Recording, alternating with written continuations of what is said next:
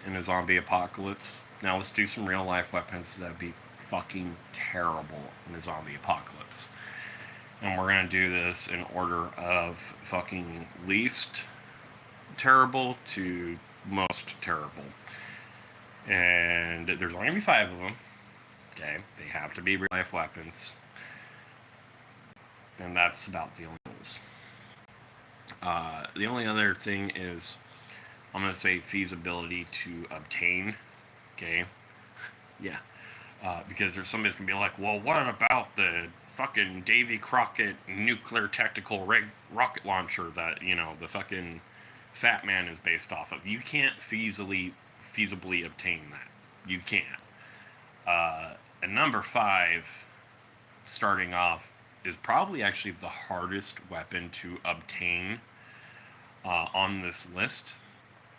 And it's actually a really excellent weapon. And that is the WA-2000. The Walther 2000 sniper rifle is a bullpup designed sniper rifle that was designed for SWAT team members to roll up with it. When it was first released, it was extremely accurate. It was like a $2,000 sniper rifle at the time of its making, and by today's money, it's like a $50,000 gun. The reason why it'd be terrible is the ammo for it is very specialized and just made of raritanium. And the parts for the WA-2000 is made of unobtainium. And yes, that is a Ratchet and Clank reference. Bite me. But the WA-2000 would be the worst weapon because you're not getting parts for it. You're not getting parts for it. You're not getting ammo for it. You might loot one from an auction house. They, in today's money, they're $50,000. But at auction, they sell for like $300,000 or $400,000. The WA 2000 is just made of unobtainium. Like, if you had one in a zombie apocalypse, you'd be better off taking the one bullet you could afford and pointing it at yourself. Okay. And we're going to get into the next weapon, the number 4 slot, the Cobra Liberator. Everything but Cobra is trash. Just, if you buy a Cobra weapon in today's time, you have no business having a firearm. You are too stupid to use critical thinking to own a firearm if you use Cobra products. Cobra is fucking terrible. Terrible. Okay? Terrible, terrible company. They used to be really good. And then they started making things like the Cobra Liberator. So the Cobra Liberator, it's a revolver shotgun. It's in a bullpup package. It's about as big as an Ithaca with no stock. Okay, it's a very small, it looks like the Stakeout shotgun. The Stakeout shotgun is the Ithaca 37, by the way. The Ithaca 37 would be a legendary weapon to use. The Cobra Liberator, not so much. It is semi-auto revolver shotgun that has a tendency to have headspace timing and misfire and also chain fire. It's more likely to kill you than it is to kill zombies, and it's a real-life weapon. And that's the number 4 spot. And the number 3 spot is the Cobra Street Sweeper. I don't know if you've seen the video of Ian McCullen shooting it, but that was the second weapon to cut his face. Now, the Cobra Street Sweeper has the same problem as the Cobra Liberator. It has a tendency to blow up. But how it has a tendency to blow up is different. It's a revolver with a sealed chamber. You know how when you fire a revolver, the gases vent out the side? That's so the revolver doesn't blow up. That's what that is. And so, there's a risk of chain firing, but, over time, revolvers have gotten better and better. The Cobra Street Sweeper it's a striker fire. That's the very first thing. It's a striker fire weapon, and as you know, striker fire weapons are already not very reliable. The Walther P99 is an unreliable handgun. It has a tendency to go off randomly. That's why you don't see a lot of them anymore. And it has to do with just quality control. So, I mean, you can get a Walther P99 with, that's actually a good weapon. But here's the thing about Cobra. Cobra has no fucking quality control whatsoever. Okay? They have no quality control whatsoever. So you have a revolver shotgun that has a tendency to randomly fire. It was declared a destructive device because that's how often it explodes. Because it's a sealed revolver chamber, the whole thing is sealed. If you use different shotgun rounds, like if you use a slug in one, buckshot in another, and dragon's breath, it has even more opportunity to fucking blow up. It is a terrible weapon. The only two countries that have made it work is Singapore, and that's because Singapore tore that thing apart and re-engineered everything. Okay, and Rhodesia, and in case of Rhodesia, that's because they added portholes. Because Cobra is so fucking lazy, all they had to do to fix the problem was drill a fucking couple holes, and they failed to do that. That's how poor their quality control is. And it just so you have to use all the same ammo. You have to modify the gun. Let's say you do all that. Well, if you want to use the stock on a shotgun, which is probably a good idea, so you don't accidentally kill somebody with the recoil, considering the gun likes to misfire, like any other striker fire weapon. Well, the stock is 2 blades of metal. It's an overfolding stock, but that metal is sheet metal. It's trash, and it's likely to cut you.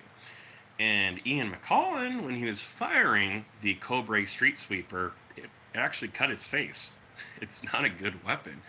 The Cobra Liberator also blows up, but maybe a shotgun that has no stock is better when it comes to Cobra. Which brings us to the next shotgun. Has even more problems. This is the number 3 spot, and I know Cobra landed 3 spots on this list. That's how bad of a company they are. The next weapon is the Cobra Terminator. It's a newer weapon. It's a pistol grip shotgun. Has the same stock that will cut your face. I don't understand why they have the stocks. It looks like a Sten gun. And if you know anything about Sten guns are the bottom tier, cheapest pieces of crap of World War II firearms. They work, but they are like, if you had to pick the 2 worst SMGs of all time, it would be like the MAC-10, and then it would be the Sten gun, and it's like really debatable on which one's worse. But the Cobra Terminator is even cheaper in quality than either the Sten gun or the MAC-10. It's made of sheet metal, much the same, but not with a lot of quality control and with very little care. The Cobra Terminator has a slew of fucking problems. A stock that'll cut your face, recoil that's uncontrollable, metal that likes to fall apart randomly, an action that likes to fall apart randomly. It has a heat shield because it's a shotgun that has a tendency to overheat. If you buy a Cobra Terminator, you might as well not have a weapon at all. You are more and better and fairly equipped with your fists than you are with a Cobra Terminator. Okay? And just like the Street Sweeper and the Liberator, also made by Cobra, it likes to blow up.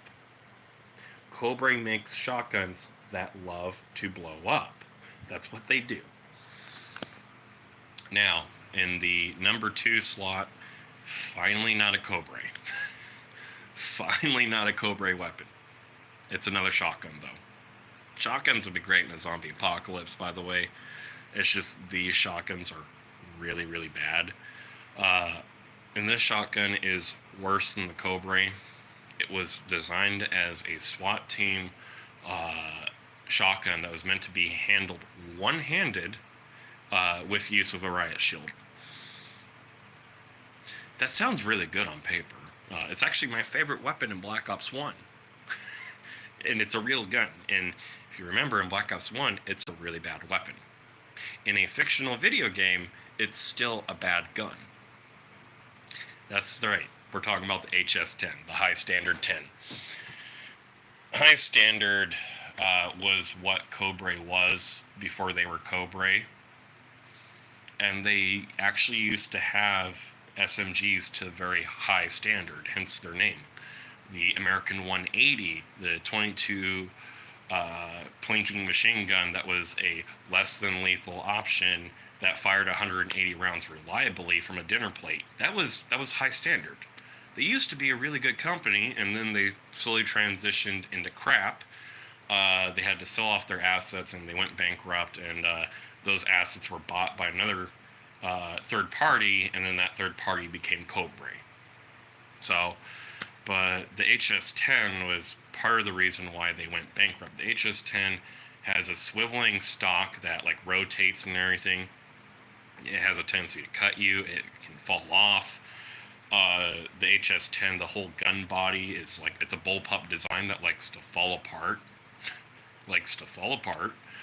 The rubber, like plastic technology just was not there yet. That was not a technology that we had mastered yet. And so with the High Standard 10, the plastic likes to fall off too. The flashlight likes to break down. You'd be better off duct taping your own flashlight to it. It has a lot of recoil for such a heavy gun. Yeah, that thing like weighs like 8 pounds, but then still has recoil. So what the fuck was the point of making it a bullpup? There's no way you're using it one-handed. And we're talking about a semi-auto shotgun that also likes to blow up. It does. It likes to blow up. It has a tendency to kill its own operator. But it's a semi-auto shotgun that's difficult to reload and only holds 4 rounds. Like, really? 4 rounds? You can get... Just use a double barrel. Fuck, double barrels are awesome. You know, a little over-under. For the amount of time it takes to operate the HS-10, even with it being a semi-auto and all the poor qualities that it has, it's more feasible to use a single shot 20 gauge than it is to use a 12 gauge HS-10. And you're probably like sick of shotguns, because 4 of these were shotguns. 3 of these. Yeah. No, 4 of these. 4 of these were shotguns. The final weapon, the last weapon on this list, also terrible. It is hands down the worst pistol of all time. It is worse than a 92 Nambu. Now, a 92 Nambu, as you know, has a tendency to kill its own user by shooting them in the leg while it's in the holster, while the safety is on. Do we know any other weapons that have a tendency to shoot people in the leg while you're using them or not using them, even if the safety is on? Yes, we know a weapon exactly like that. And it's worse than the Nambu 92 because it fires 22, which would be useless in a zombie apocalypse, unless you needed to kill a zombie squirrel. Because zombies, they're not afraid of death. And they're not very good, they're not very durable, but they will keep coming no matter what. You have to physically destroy the entire head to get them to stop coming. 22 can't do that. The Zip 22. A gun that actively encourages you to put your hand in front of the barrel to charge a striker fire pistol that fires 22, that's more likely to go off in your holster than actually when you want to aim it and fire it. If you want to aim and fire a Zip 22, there's only like a 10% chance that the round actually fires and actually comes out of the barrel. It has a tendency to fire a bullet and the 22 cartridge and everything fall out of the front of the gun. Who? I would take a Calico over a Zip 22, but all those do is just jam. They just jam all the time. But at least it won't actively try to kill me. So a Zip 22 is the number one, like, all-time worst pistol of all time. It is the worst gun ever made. And people have made jokes about it being a thing where the guy who owned the company designed it because he wanted to give his company to his wife who he was divorcing so that she would get nothing in court. That's what the Zip 22 is. Hands down, the worst ever weapon, just in anything. You can't name a weapon worse than the Zip 22. I would argue that the Davy Crockett nuclear rocket launcher is the worst weapon of all, is better than the Zip 22. Because if you pull out a nuclear slingshot, nobody's going to want to fight you. If you pull out the Zip 22, people are going to actively point and laugh at you while you try to threaten them with a Zip 22. No one's going to take you seriously. Zip 22 is so bad that the best way to reload it is to just throw it. Throw it away. Throw it at your enemy. Don't even use it. The Zip 22 is terrible. It's so bad that the Zip 22 in recent years has been a collectible item, not a collectible firearm. Nobody considers it a firearm, even though it is, but a collectible item.